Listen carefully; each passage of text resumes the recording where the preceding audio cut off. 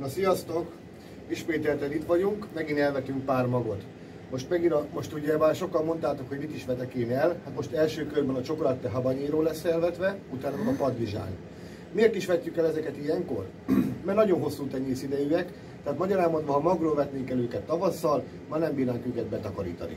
Ez a lényeg. Azt is sokan kérdeztétek, hogy milyen földet használok. Ami a boltban lehet kapni, az a lényeg, hogy rá legyen írva, hogy palántázóföld és hogy magvető.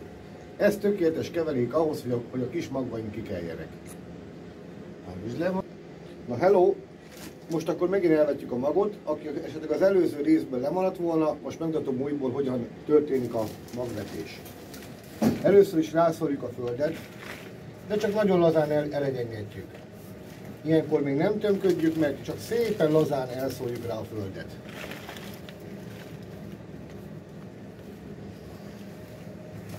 Láthatjuk, hogy a föld elég jó minőségű, tehát szép apró. Ezért is érdemes, hogy ha boltban megveszik azt a magvető földet, ami már direkt erre van kitalálva. Mint látjátok, szépen elegyengedtük a földet, most kialakítjuk a magoknak a helyet.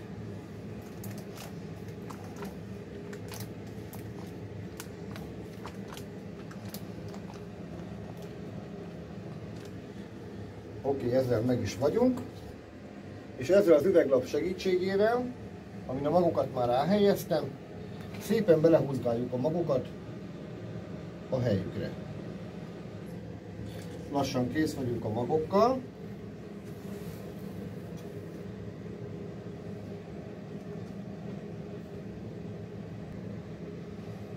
Elérkeztünk az utolsó sorhoz. Mint látjátok, még maradt rajta egy kis mag, de ez majd a következő tálcába megy bele. Most szépen fogjuk, és akkor megszórjuk ismét földdel. Ezt is szépen lazán elterítjük, majd a víz locsolással majd szépen besűrűsödik nekünk a talaj. Na, mint látjátok, szépen elegyengedtük a talajt, azt szépen meglocsoljuk.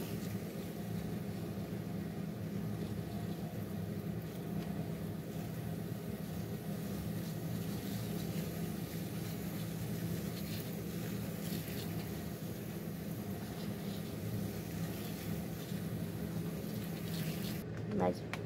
És a locsolás után pedig szépen mehet a helyére.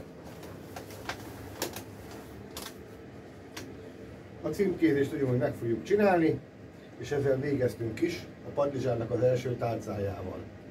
Ami még nagyon fontos, hogy sokan kérdeztétek, hogy lesz-e kapható palánta tavasszal. Nagyon remélem, hogy lehet kapni majd, és hogy helyileg hol, hát köröztetétlenen. Sziasztok, és külön üdvözlöm Somit, aki nagyon sokszor megnézte a videómat. Sziasztok!